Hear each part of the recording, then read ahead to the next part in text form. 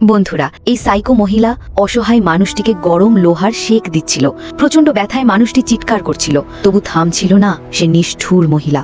আর লোকটির সামনেই ছিল তার ছোট্ট মেয়ে। বাবার কষ্ট দেখে মেয়েটি ছটপট করছিল, কাঁদছিল আর বলছিল, ছেড়ে দাও আমার বাবাকে।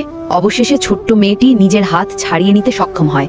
এরপর লোকটি কষ্টে ভরা কণ্ঠে বলে ওঠে, আমি আমার মেয়ের জন্য প্রাণ দিতেও রাজি। যদিও তুমি আমার প্রাণ নিয়ে নাও, তবুও।